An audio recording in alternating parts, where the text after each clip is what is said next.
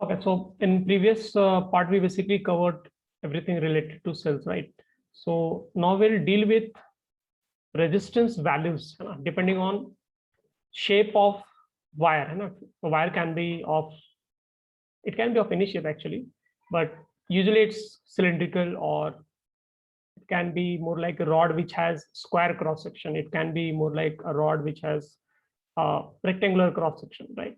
And any sort of weird cross section can also be there. It can be made of different materials also. So a lot of things can vary, but at simplistic level, whatever is there in syllabus, that is what we'll cover.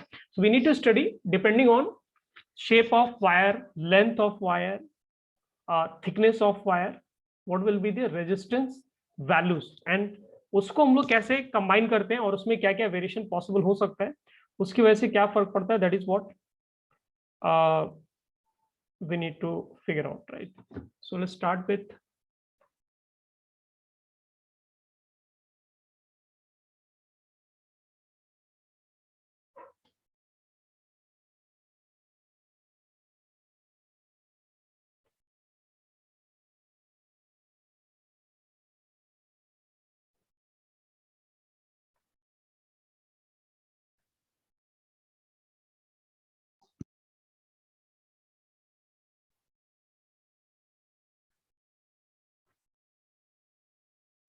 Depend करते हैं, कुछ लोग इसको पहले भी पढ़ लेते हैं ना, और कभी कभी इसको एंड में भी पढ़ते हैं, दैट इज फाइन, है ना, इट डजंट मैटर.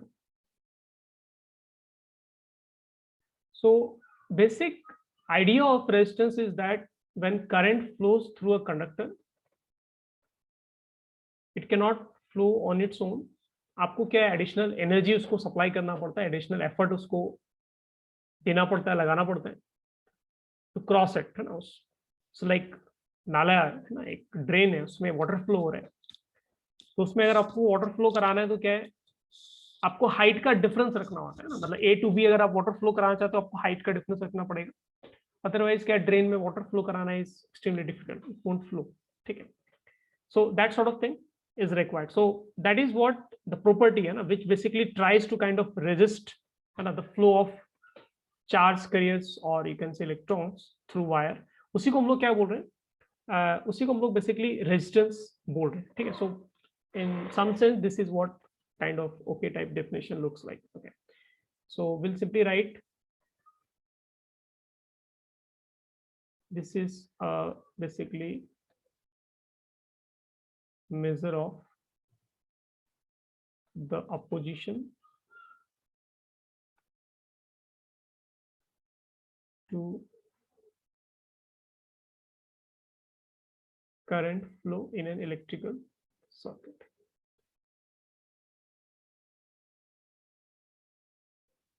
ठीक है. सो ऑब्वियसली उसके अलग अलग तरीके होंगे मेजरमेंट करने के. Let's start with a very simple design. आगे आप क्वेश्चंस में देखेंगे बहुत तरह का डिजाइन आपको मिलेगा, बट सबसे सिंपलिस्टिक डिजाइन जो एक wire can have is basically cylindrical shape, है ना. तो ऑब्वियसली वायर काफी पतला होता है, काफी बार हम लोग नोटिस नहीं करते हैं, बहुत थिन फाइन वायर्स होते हैं. डिपेंड करता है, मोटे वायर्स भी मिलेंगे आपको, अलग अलग शेप के वायर्स मिलेंगे, बट यूजुअली क्या होगा, जो पतला वायर दिखता है अगर आप उसको जूम करके देखोगे, बड़ा करके अगर आप उसको देखोगे, तो आपको इस शेप का दिखेगा ना, सिलिंड्रिकल शेप रहता है इसका, इस तरह से. ठीक है. तो ये जो पार्ट है ना, ये काइंड ऑफ सर्कुलर रहेगा, यूजुअली सर्कुलर रहेगा, और इसको हम लोग क्या बोलेंगे, क्रॉस सेक्शन एरिया बोलेंगे. ठीक है. So this is what will call it as cross section area. ठीक है. तो ये आपको क्या, एक ड्रम जैसा दिख रहा है, एक सिलेंडर जैसा दिख रहा है, बट वायर है वो, है ना, पतला है, बट मुझे क्या मोटा बनाकर दिखाना पड़ा, बिकॉज अदरवाइज फिर हम लोग चीजें कैसे, इंफॉर्मेशन कैसे लिखेंगे उसमें. लेंथ कुछ होगा, I don't know, so maybe will write it as L. So length L लिख देते हैं, क्रॉस सेक्शन एरिया को कुछ वैल्यू लिख देते हैं, उसको एरिया ए बोलते हैं. ठीक है. तो लोगों, और इससे करंट फ्लो है ना. अब ये जो मैं लाइन बना रहा हूँ, दिस इज नॉट वायर, है ना, ये तो क्या बस मैं ऐसे ही शो करने के लिए दिखा रहा हूँ कि ये करंट ऐसे फ्लो हो रहा है ना. तो करंट बेसिकली लेफ्ट से राइट जा रहा है.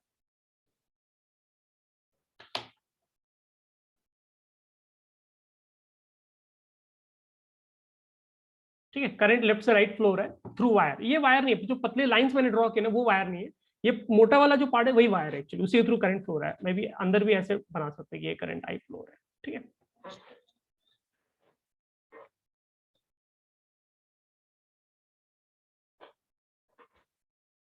ठीक है, तो इसका आपको ध्यान रखना है।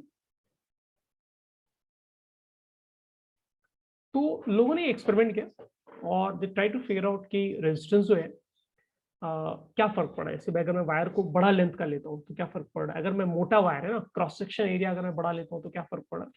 And results were very simple कि आपका जो रेजिस्टेंस है वो लेंथ पे डिपेंड करता है।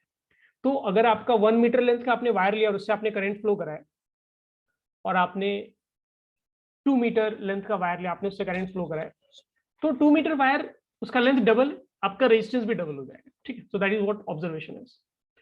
And inversely proportional to cross sectional area, which means जैसे मान लो एक मोटा वायर और एक पतला वायर है, तो जितना पतला वायर होगा उतना रेजिस्टेंस का वैल्यू आपको ज्यादा मिलेगा, ठीक है। So that is what inversely proportional with respect to area means. So in short we can say कि ये कंबाइन करके हम लोग ऐसे बोल सकते हैं कि जो रेजिस्टेंस है वो एल बाय ए पे डिपेंड करता है, ठीक है। और अगर आप प्रोपोर्शनल साइन हटा दो तो ये, तो फिर कोई कांस्टेंट यूज करना पड़ेगा, मे बी रो लिख देते हैं हम लोग, एल ओवर ए, ठीक है। तो ये काइंड ऑफ आपका एक फॉर्मूला बन गया रेजिस्टेंस का। अगर आपके पास यूनिफॉर्म थिकनेस है ना, ऐसा नहीं कि अब यहाँ पर लेफ्ट में एरिया ए है, राइट साइड में एरिया 2A हो गया, वैसा नहीं, मतलब एक यूनिफॉर्म एक ही मटेरियल का बना हुआ वायर, यूनिफॉर्म डेंसिटी, सब कुछ मतलब नॉर्मल होना चाहिए। एंड देन आप ये फॉर्मूला अप्लाई कर सकते हैं रेजिस्टेंस फिगर आउट करने के लिए, ठीक है। यहाँ पर जो आपका रो है, तो ये रो क्या है, मतलब एक बेसिकली कांस्टेंट, अभी तो हमें नहीं पता रो क्या है, राइट। सो ये कांस्टेंट क्या है, अलग अलग मटेरियल के लिए डिफरेंट आता है। जैसे मान लो आपने कॉपर वायर लिया, सेम एक्सपेरिमेंट किया, ठीक है। मान लो कॉपर वायर लिया मैंने, 1 मीटर वायर लिया और 1 मिलीमीटर स्क्वायर का मैंने क्रॉस सेक्शनल एरिया लिया। मैं एक सिल्वर वायर लेता हूँ, obviously that that will be very difficult to afford, है ना। अगर आप उसमें रेजिस्टेंस कैलकुलेट करते हो, if you pick one gold wire, highly this is highly unlikely that you will actually do it, but yeah, if you pick one gold wire, है ना, 1 metre length, same 1 millimetre square area, आपका resistance value different different आता है। इसका मतलब क्या हो रहा है कि लेंथ सेम है, एरिया सेम है, बट मटेरियल पे क्या है डिपेंड कर रहा है ना। So depending on material resistivity, इसी को हम लोग क्या बोल रहे हैं, रेजिस्टिविटी ऑफ कंडक्टर बोल रहे हैं। So this is what we call it as resistivity of conductor. तो ये काइंड ऑफ मटेरियल प्रॉपर्टी हो गया, मटेरियल पे डिपेंड करता है, ठीक है।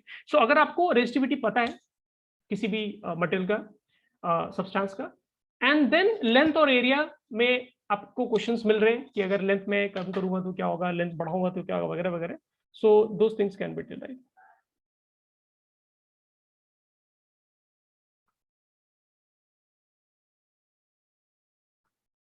सो इसको नोट करो बच्चों fast.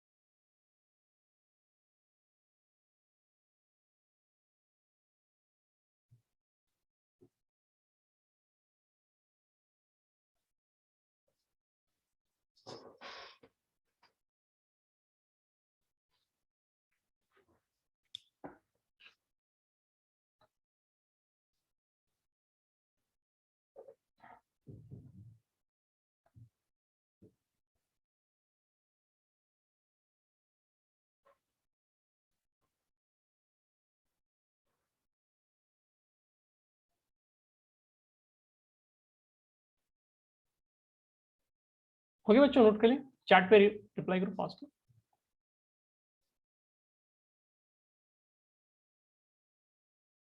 Okay, so I am assuming everyone is noted it, ठीक है। कुछ फॉर्मेलिटी वाला पार्ट भी कवर कर लेते हैं, फिर हम लोग ऑब्जर्वेशंस एंड प्रॉब्लम्स पे आएंगे, ठीक है। So the first point is resistivity जो है आपका वो स्केलर क्वांटिटी है। So resistivity is a scalar quantity, you can say. And unit अगर आप इसका देखोगे, एसआई यूनिट है ना, एसआई यूनिट अगर हम लोग बात करेंगे इसकी, तो वो ओम मीटर ना, ये आपका एसआई यूनिट होगा, ब्रैकेट में लिख दे रहा हूँ कंफ्यूजन नहीं हो। दूसरा पॉइंट जो है दैट इज, काफी केसेस में, काफी बुक्स में, काफी क्वेश्चंस वगैरह में इसका एक दूसरा नाम भी है, ठीक है, इस maybe I will write also called as specific resistance, ठीक है। तो कई बार क्या होता है, हम प्रॉब्लम सॉल्व कर रहे होते हैं और वहां पर एक डिफरेंट टर्म आ जाता है, फिर हम कंफ्यूज हो जाते हैं कि करना क्या है ना, तो ये आपको इसमें कंफ्यूज नहीं होना है। तो ये और ये दोनों क्या है आपका सेम चीज, ये आपको 100% दिमाग में रखना है। कई बार क्वेश्चन क्या होगा उसके अकॉर्डिंग पूछ लेंगे ना, तो मैं वहां टर्म्स में कंफ्यूज नहीं होना है। कुछ कुछ चैप्टर्स है फिजिक्स में जहाँ पे स्टैंडर्ड टर्म्स भी फेमस है, आई मीन स्टैंडर्ड टर्म्स है, एंड लोग पहले से ही कुछ टर्म्स यूज करते आ रहे थे और वो काफी कॉमन हो चुका है, तो लोग उसको ही बार बार यूज करते हैं। So nothing can be done about it, हमें लर्न करना पड़ेगा। रेजिस्टिविटी जो आपका, ये डिपेंड कर रहा है मटेरियल पे, जैसा मैंने आपको एक्सप्लेन किया ना, सो इट डिपेंड्स ऑन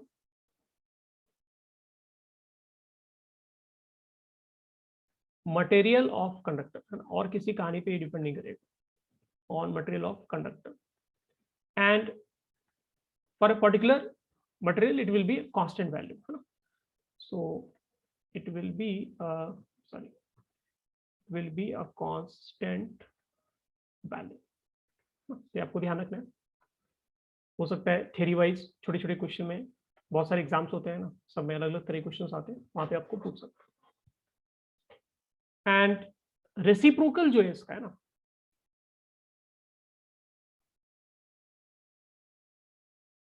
1/रो, रो को हम लोगों ने रेजिस्टिविटी सिंबल दिया था, राइट, तो रेजिस्टिविटी का सिंबल रो था आपका, तो सिग्मा इक्वल टू 1/रो, रो लिख रहा हूं मैं। तो यहाँ पर जो बेसिकली आप रेजिस्टिविटी का रेसिप्रोकल ले रहे हैं, ठीक है, इसको कंडक्टिविटी बोलते हैं, ठीक है, so this is called conductivity।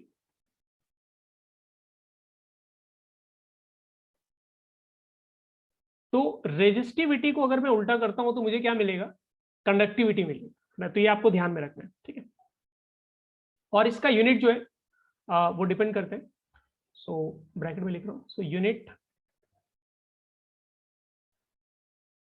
Obviously ये रेसिप्रोकल है, तो एसआई यूनिट जो रेजिस्टिविटी का, आप उसको उल्टा करके भी लिख सकते हैं, या फिर आप कंडक्टिविटी का साइमन के टर्म्स में भी आप लिख सकते हैं, साइमन मीटर इनवर्स ऐसे भी लिख सकते हैं, या ओम का उल्टा mho, I don't know how to pronounce it, is very difficult for me, so mho metre inverse भी कर सकते हैं, ठीक है।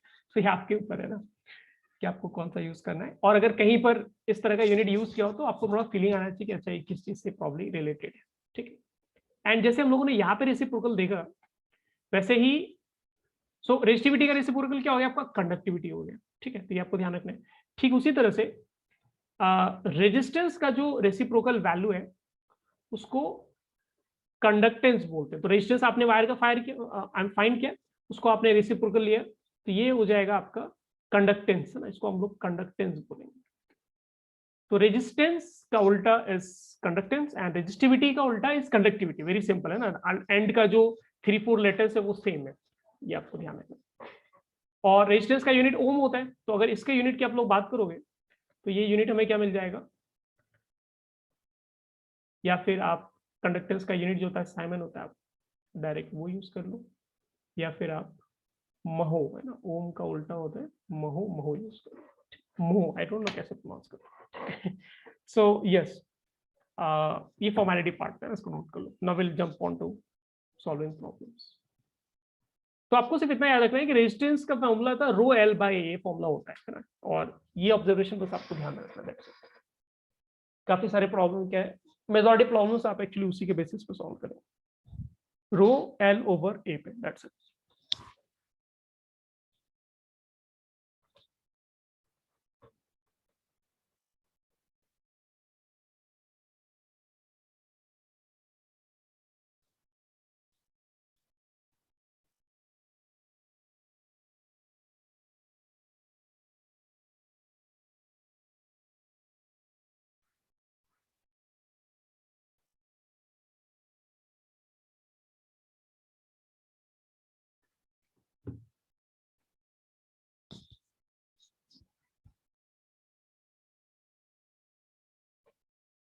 Okay awesome. So I am assuming सब लोगों ने नोट कर लेना. Okay great. So let's jump to problems. तो सर रेसिस्टिविटी स्केलर कैसे हुई? वो ऐड करने पे थोड़ी ऐड होगी, वो तो रेजिस्टेंस स्केलर ही स्केलर रहेगी। है. Resistance scalar, length scalar, area scalar है ना. सिंपल रिलेशन था. क्या सर? रेजिस्टेंस स्केलर है ना. रेसिस्टिविटी। हाँ, रेजिस्टेंस स्केलर वैल्यू है. रेजिस्टेंस के फॉर्मूला में आपका लेंथ, एरिया सब स्केलर वैल्यूज है. रेजिस्टिविटी आपका प्रोपोर्शनल वैल्यू है. प्रोपोर्शनली कांस्टेंट है ना वो एक तरह से. तो आपका स्केलर वैल्यू सिंपल.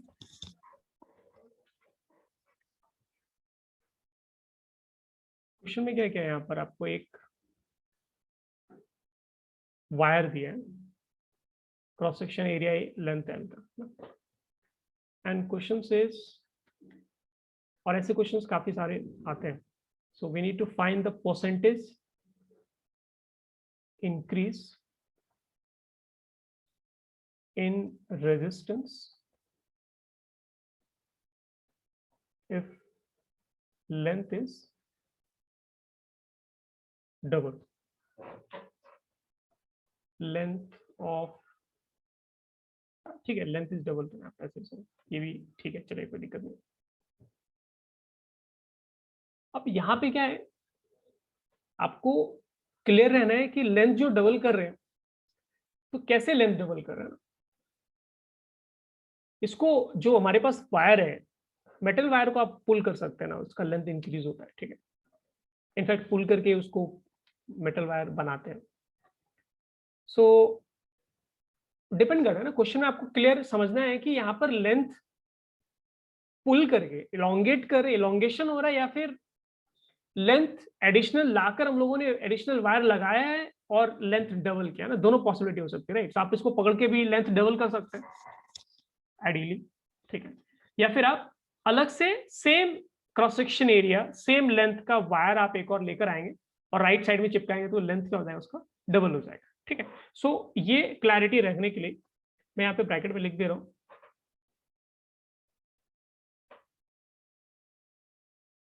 कि इलोंगेशन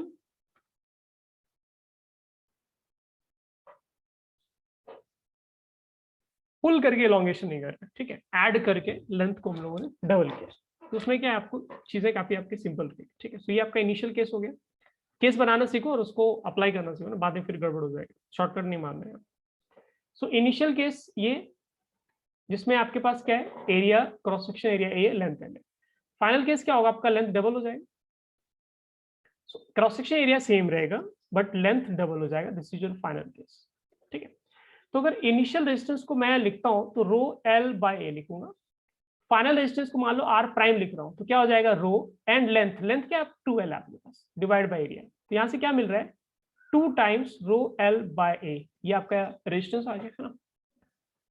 इनफैक्ट रो एल बाय का वैल्यू आर है, तो आप ऐसे बोल सकते हैं कि रेजिस्टेंस का वैल्यू जो है वो डबल हो गया है, विच मेक सेंस, क्योंकि आपने लेंथ डबल किया, बाकी सब चीजें कांस्टेंट थी है ना. क्रॉस एरिया कांस्टेंट था, मटेरियल आपका सेम था, तो रेजिस्टेंस आपका डबल होना चाहिए. Now question is percentage increase कैसे कैलकुलेट करते हैं. इसमें काफी बच्चों को कंफ्यूजन होता है. परसेंटेज इंक्रीज समझ, percentage increase is always final minus initial divide by initial, और ये काफी फ्रीक्वेंटली यूज होगा इसलिए इसको आपको ध्यान रखना, मल्टीप्लाइड बाय 100.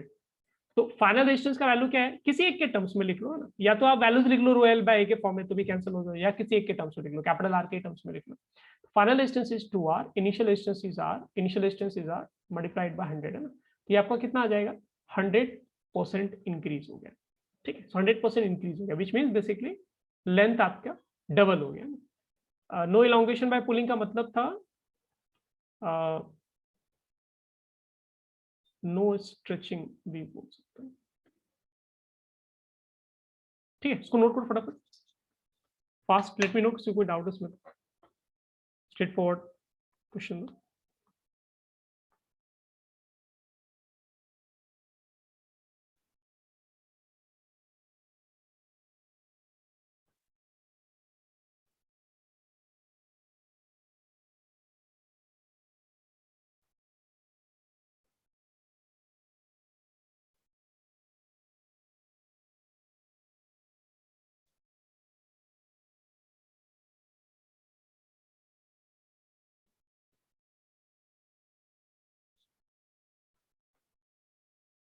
चैट पे रिप्लाई करो बच्चों, नोट कर लिया fast.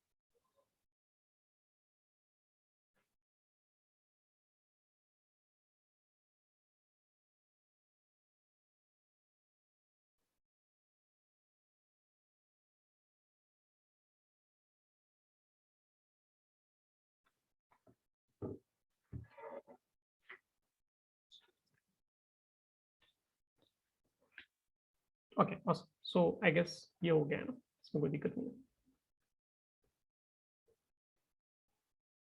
So let's jump to another problem. ठीक है, इसमें भी हम लोग लेंथ इंक्रीज करेंगे, but this time will double it by stretching it, उसका लेंथ डबल करना है स्ट्रेच करके। ठीक है, so question remain same, we need to find percentage increase in resistance if length is doubled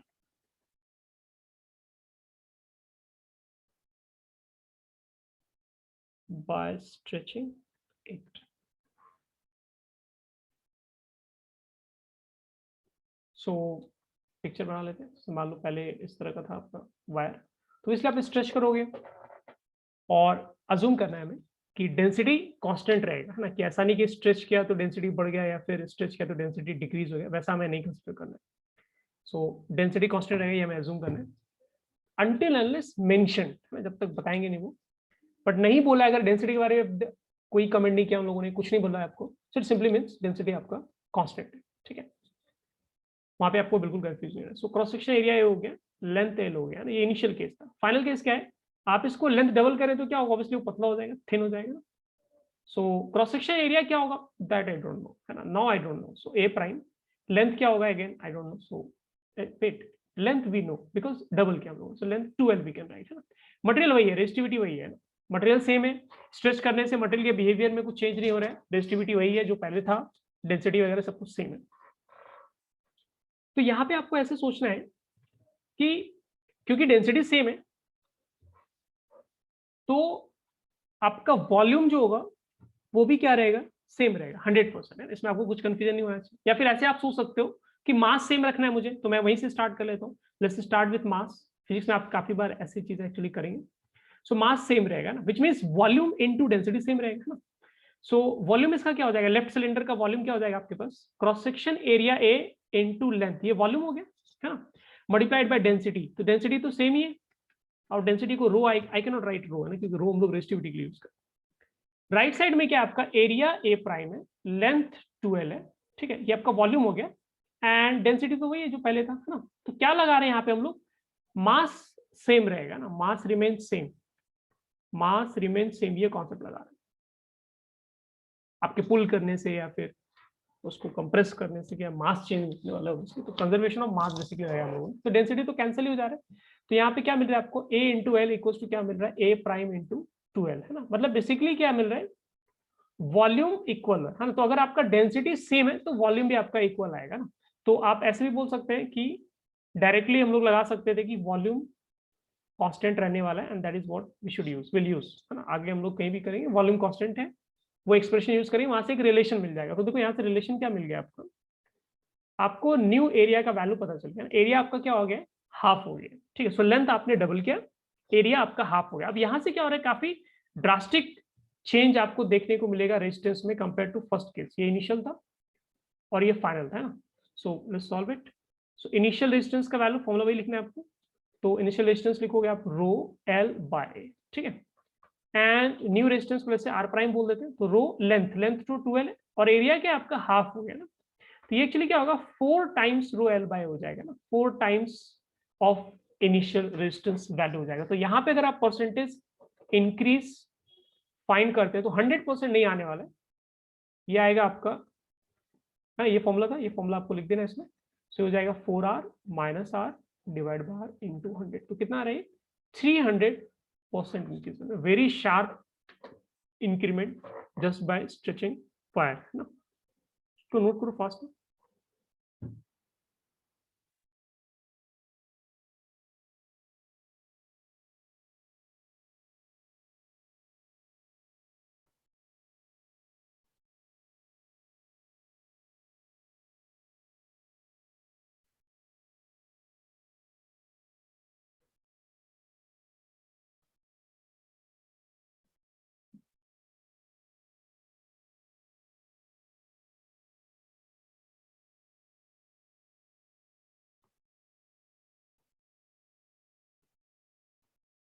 pass note to kids.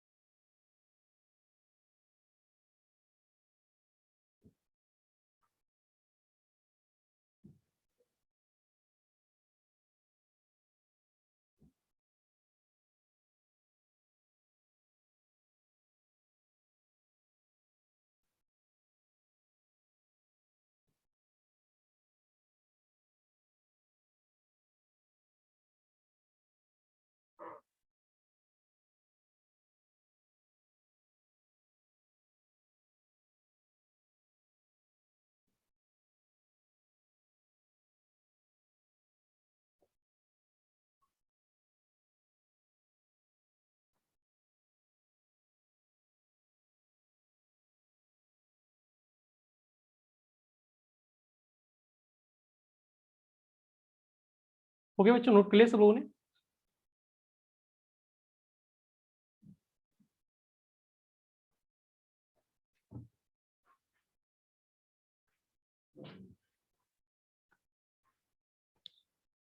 Chat पे reply करो fast में।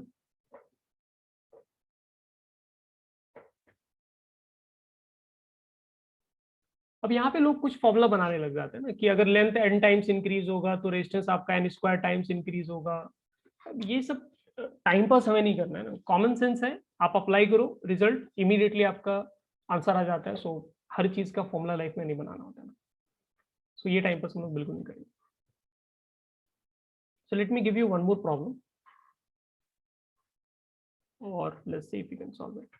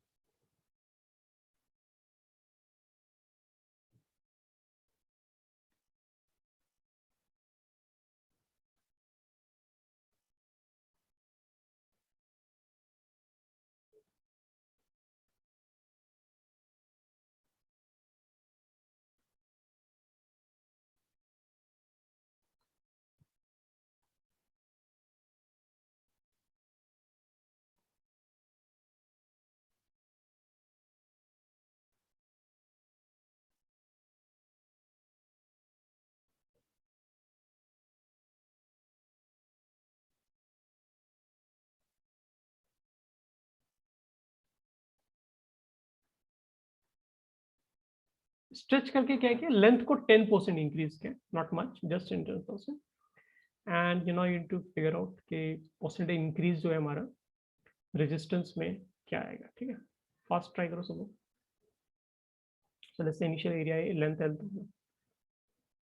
तो लेंथ थोड़ा सा इंक्रीज हो गया,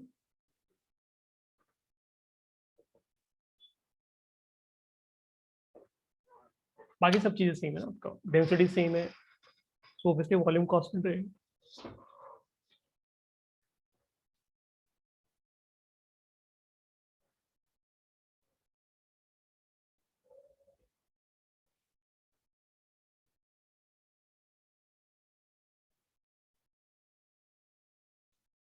अब तो मैथमेटिक्स में ये पढ़ लिया है क्या? मैथ्स में एक पार्ट आता है डिफरेंशियल कैलकुलस में, जहाँ पे रेट ऑफ चेंज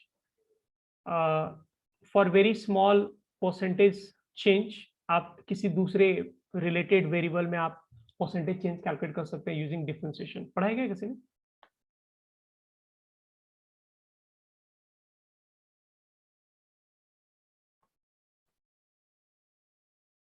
नहीं, मेरी आवाज नहीं आ रही है, मैं ऑडिबल? कैलकुलस में, डिफरेंशियल कैलकुलस में कहाँ तक क्वेश्चन मैथ्स में कवर हो गया?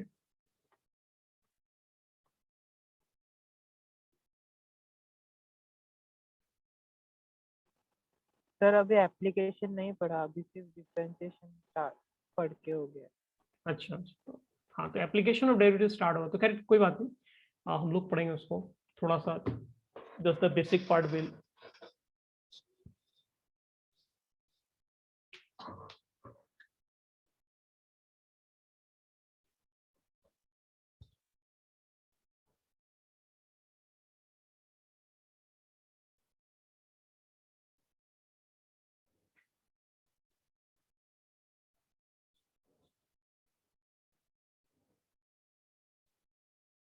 फास्ट ना, उसका आंसर बताओ फास्ट क्या आएगा।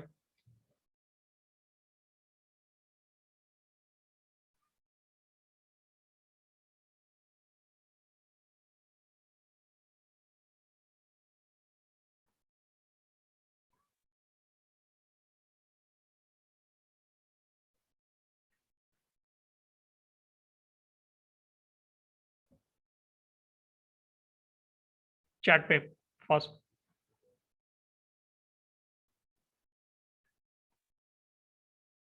900 समथिंग, 900 मतलब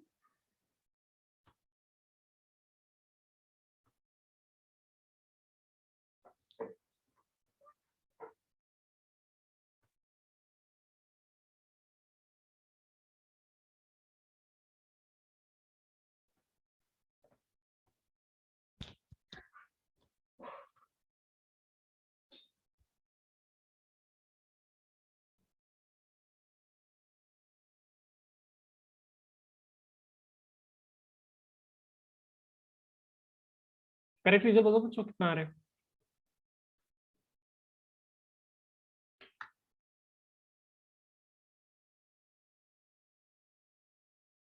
चलो ट्राई करते हैं ना, काफी टाइम लगा दिया आप लोगों ने इसमें, आई थिंक कैलकुलेशन में गड़बड़ कर रहे हो।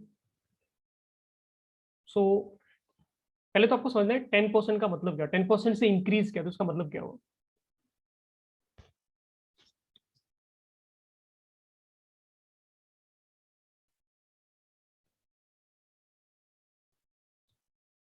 सो आपका फाइनल लेंथ जो है वो हो जाएगा एल, ध्यान से देखना कैसे लिखते हो, L plus original length plus 10%, bracket में से लिखना 10% ऑफ एल, ठीक है। और परसेंटेज का मतलब होता है आउट ऑफ 100, तो इसका मतलब क्या है 10/100 इंटू एल, है ना, ब्रैकेट का ये मीनिंग हुआ है, ठीक है।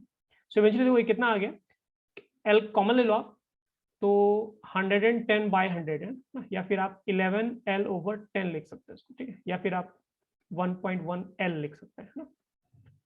सो रेजिस्टेंस का वैल्यू फिर क्या हो जाएगा, तो आपका रेजिस्टेंस का वैल्यू आ जाएगा रो एल ओवर ए, ये इनिशियल रेजिस्टेंस हो गया, एंड न्यू रेजिस्टेंस का जो वैल्यू आएगा वो हो जाएगा रो एल, है ना। लेंथ की जगह क्या लिखना है आपको, 1.1L लिखना पड़ेगा डिवाइड बाय ए।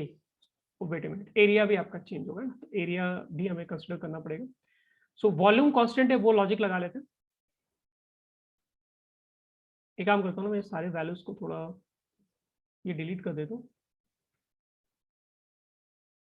ये लेफ्ट में लिख लेते हैं, ठीक है। अब वॉल्यूम कांस्टेंट है वो कांस्टेंट आप लगा लो, ठीक है। तो अगर आपके पास वॉल्यूम कांस्टेंट है तो हम लोग लिख सकते हैं area into length will be equal to new area into new length, ठीक है। तो यहाँ से देखो न्यू एरिया का वैल्यू क्या आ जाएगा, एल ओवर एल प्राइम, है ना, और एल प्राइम का वैल्यू निकाला था हम लोगों ने 1.1 है, सो ये हो जाएगा आपका ए ओवर 1.1, है ना, ये वैल्यू हो गया आपका, ठीक है। So now we can use value of resistance.